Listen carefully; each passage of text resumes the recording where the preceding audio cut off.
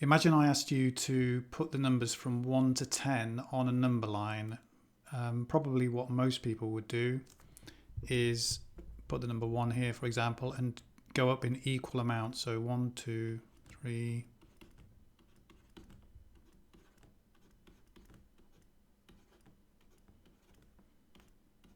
Okay, so most people would do it like this because this is the way that we're taught in school.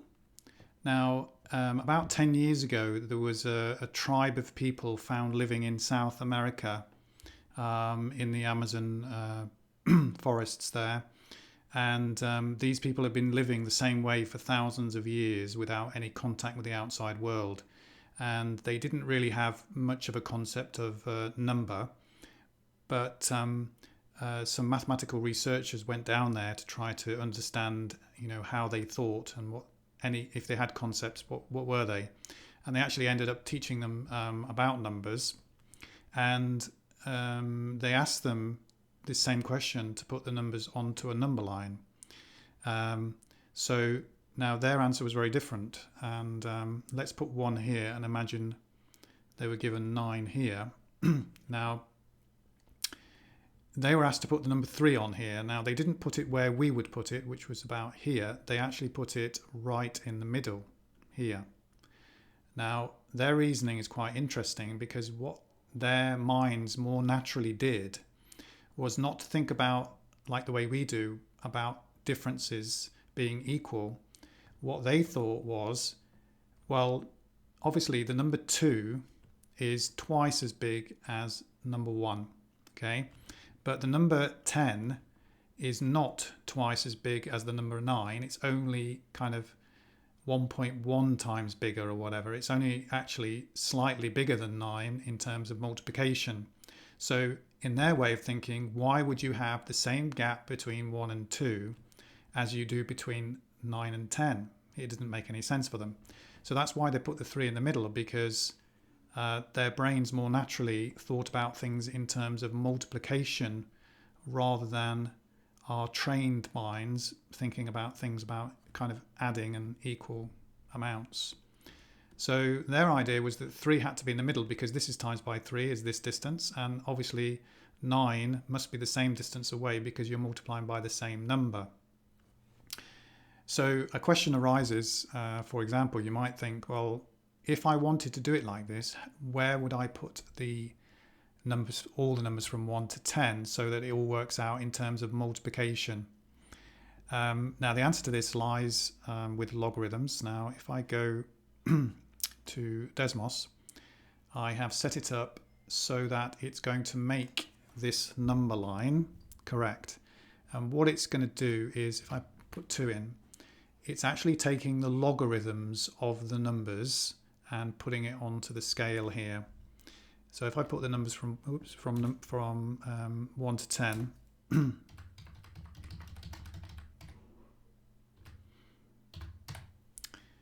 it looks like this actually. You can see the numbers at the end are bunched together.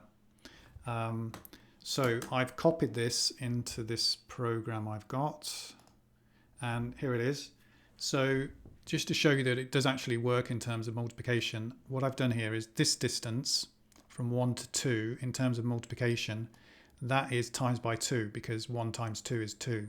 And if I move along, you can see it's the same for 2 to 4, 3 to 6, and 4 to 8, and 5 to 10. So it's working, yeah.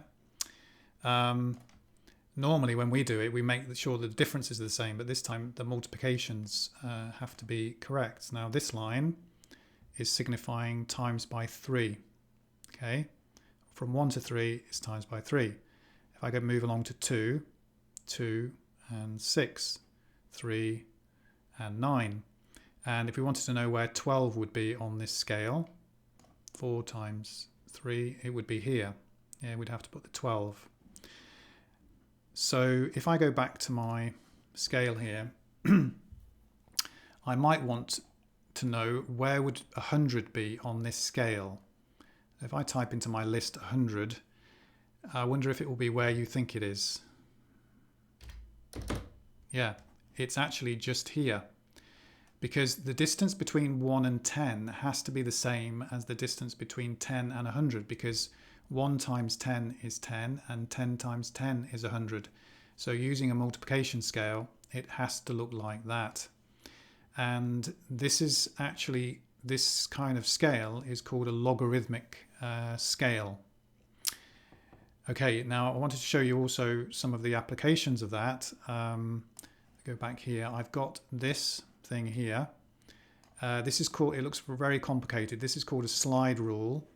And this is the instrument that was taken by Buzz Aldrin to the moon when he needed to do his kind of last minute calculations before calculating the re-entry back to Earth. And of course, in those days, they didn't have calculators. And this device, this slide rule, has been used for hundreds of years actually to do various calculations, including multiplication. So I just want to show you an example. It looks complicated, but just look at A and B here that we can move up and down. And you notice that A and B have the same scale that we had. Okay. So they've got 1 to 10, and then you see you've got 100 here at the end, yeah, same distance away.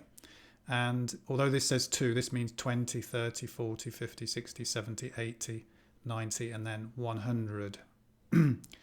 So what you can do is move the bottom scale along. Now let's move the bottom scale along until the 1 lines up with the 2.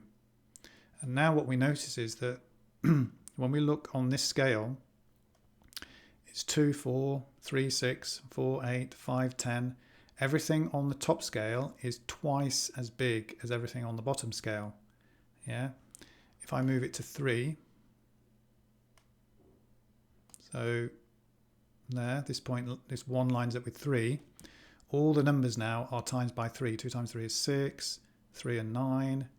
And this 10 here, 10 times 3, that's actually 30. That signifies 30 here. Yeah, because it goes up to 100 now.